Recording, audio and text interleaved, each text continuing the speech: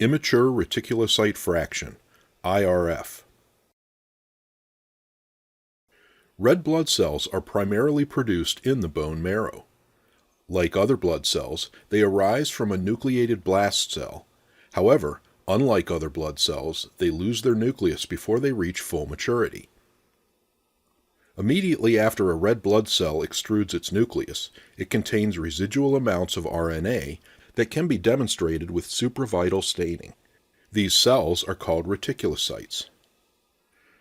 Reticulocytes will lose their RNA gradually over the next 3 to 4 days.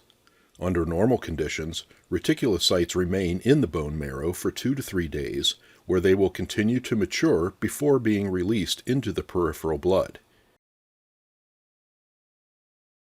These circulating cells will still contain small amounts of RNA, which will disappear over the next 24 hours, and the cells will be considered fully mature.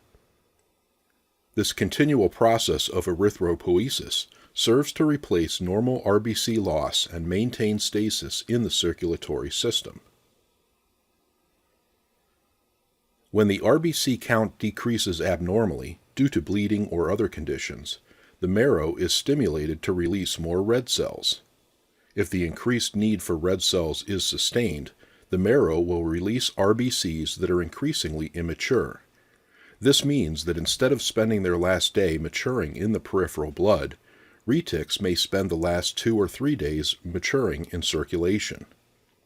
These less mature cells contain more residual RNA, and by this property, cell counters can gauge the immaturity of the cell by measuring the relative amount of residual nuclear material.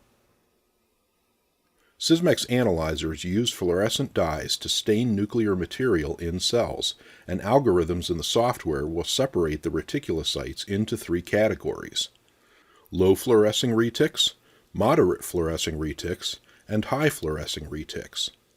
The moderate and high fluorescing ratios are combined to determine the immature reticulocyte fraction, or IRF.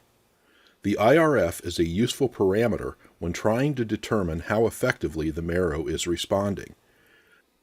If the bone marrow is responding, the IRF will be increased, but if the marrow is not responding appropriately, the IRF may remain low. The clinician may be able to use the reticulocyte count and IRF results to assess real-time erythropoietic activity.